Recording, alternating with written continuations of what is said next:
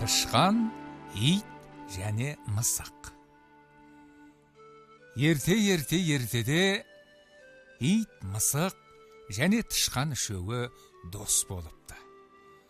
Сонда да ит пен мысық тышқанды онша жақтырмайды екен. Тышқан күні-түні тынбайтын еңбекқор болыпты.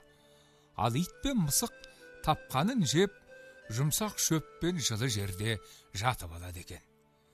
Бір күні ит қасындағы мысыққа: «Әй, осы тышқанның жұмысы таусылмайды екен тіптей. Күйбеңдейді де жүреді» деп қынжылады. Сонда мысық: «Өзіміз шол жиып жатып біреуді күндейміз. Осынымыз дұрыс па?» деп итке жөнін айтады.